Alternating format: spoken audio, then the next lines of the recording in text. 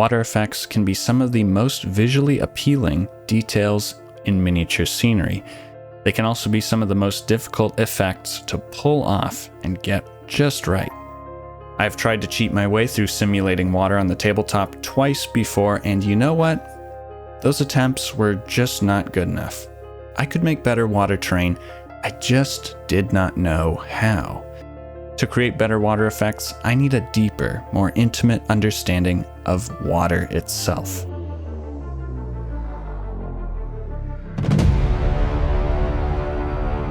So I went on a quest.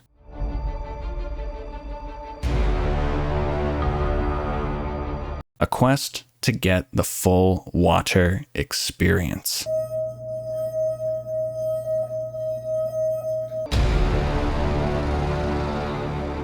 A quest to fully immerse myself in an understanding of water. I needed a breakthrough.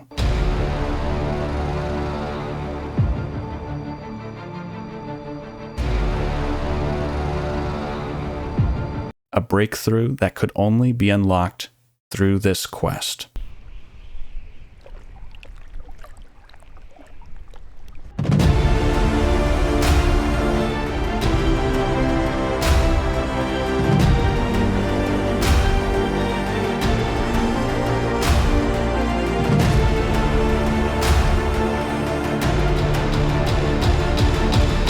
Or so I thought.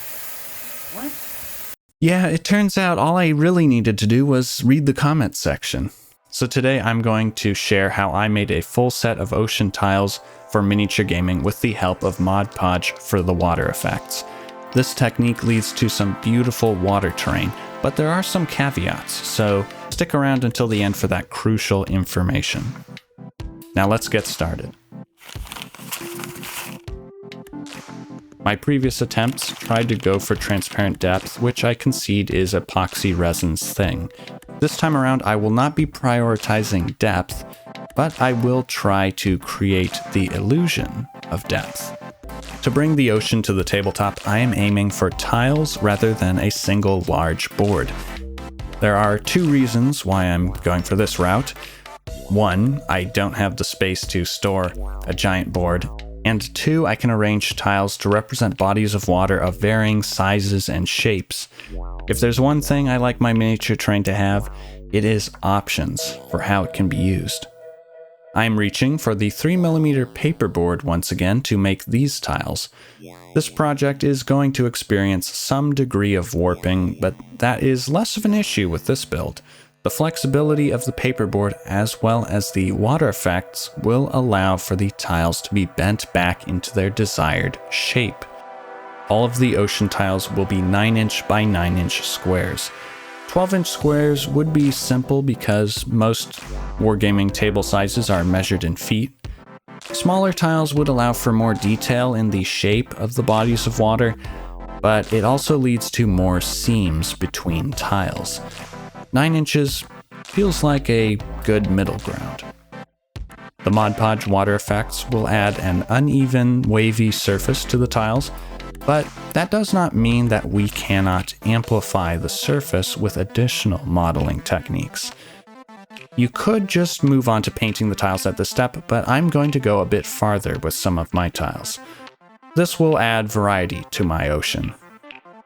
I will be gluing bathroom tissue, aka toilet paper, to create more pronounced waves. Start by coating some of the tiles in watered down PVA glue. The water will soften the paper and the glue will eventually seal it in place. Next, lay some strips of tissue over the glue and start stippling it with a brush. The pokes and jabs of the bristles will remove any pattern on the tissue while also forming ripples and waves. Try not to end up with too bumpy of a surface. A few small waves go a long way. When the whole thing is dry, go back over the edges with a sharp blade and trim the excess tissue.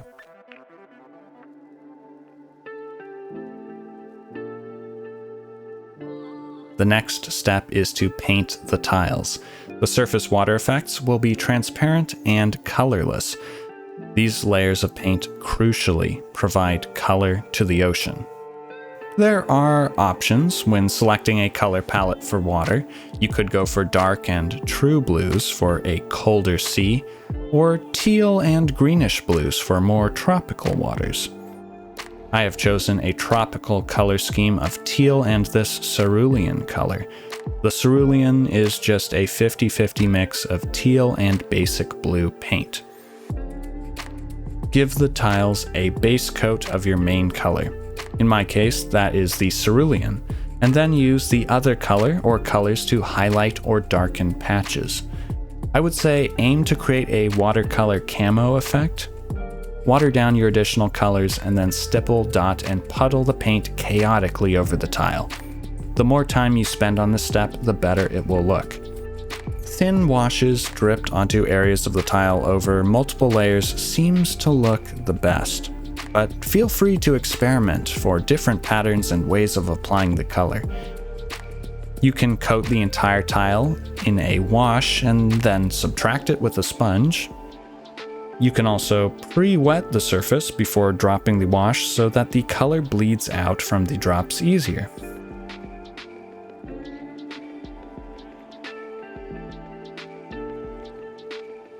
You can also airbrush the secondary colors for a cleaner gradient.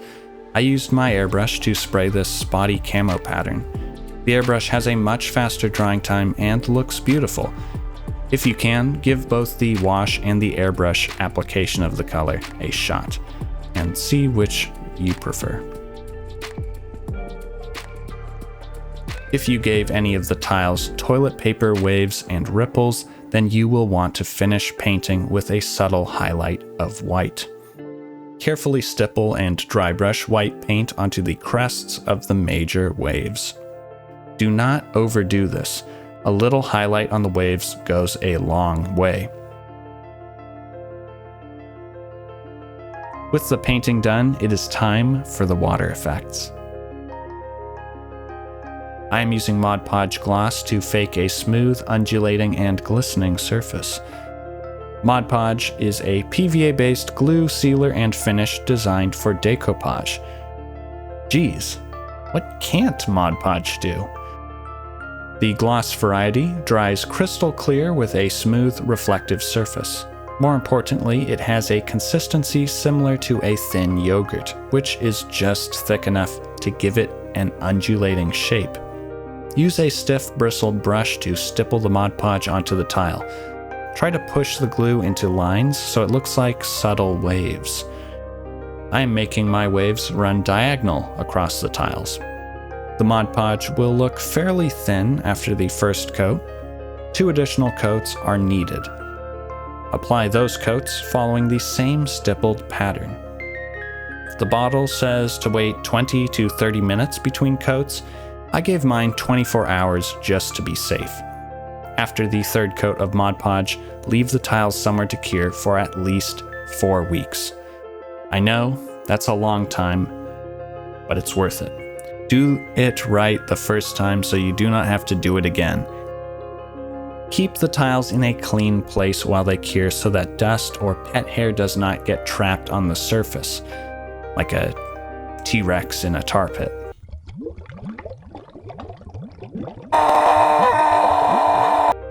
There is one final step to be done, and that is a coat of acrylic gloss varnish. I have noticed that this thick application of Mod Podge can remain tacky and stick to things well after it has cured. The varnish helps insulate the Mod Podge so the tiles are less likely to stick to one another and models or terrain set upon them. If you are in a hurry and do not want to deal with the Mod Podge, you can skip straight to the gloss varnish. Doing so will not yield as beautiful tiles. The Mod Podge has enough thickness to smooth out edges. Without that layer, you may notice the surface looking a bit harsh, jagged, or rough in shape.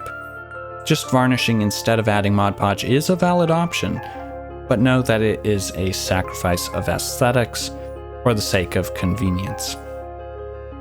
After a couple coats of varnish, The tiles are complete. These tiles are beautiful. As of making this video, these are the best water effects I've created. The Mod Podge layers add a wonderful smooth texture that undulates like the wind-scraped surface of a calm sea. It looks like real water when the surface catches the light. The flat tiles have ripples, but nothing extreme. The toilet paper wave tiles are more amplified in shape, but the Mod Podge keeps them smooth. I would not want a full table of these bigger wave tiles, but mixing a few of them in breaks up the water for a more interesting scene. Something important that I've noticed is that the toilet paper texturing is always visible, whereas the Mod Podge ripple visibility is heavily dependent on the lighting. Even if you prefer the flat tiles, give the tissue wave variant some consideration. Aside from breaking up the ocean's appearance, the tissue paper wave tiles could be used to represent coastal waters, with waves heading to shore or stormy seas. I made a few toilet paper textured tiles without Mod Podge, but still coated in gloss varnish. The reflective sheen reveals a much more harsh and jarring surface that may not be as noticeable on camera. Visually, the tiles without Mod Podge are far behind the rest of the set. Variety also entered the project through painting. The airbrush certainly creates nice, clean gradient patches. It looks great. Personally, I prefer the non-airbrushed tiles. In my eyes, using washes to break up the base coat color looks more natural. Using these tiles is simple. Just lay them out on the table where you want water. Terrain with built-in bases can be set upon the ocean tiles to look like small islands. These pieces of tree terrain look awesome over the water. These wooden ramps and platforms can serve as docks. Rocks and towering rock formations also look nice among the tiles. There is one thing missing though, and that is a proper blend to the shoreline. In my next video, I will be adding beach tiles to this set. Keep a lookout for that. This next part is very important if you are planning on creating some of these ocean tiles for yourself. There are some caveats to Mod Podge water effects, and those could be deal breakers. Firstly, the Mod Podge does not cure rock hard in its final state. It is still malleable.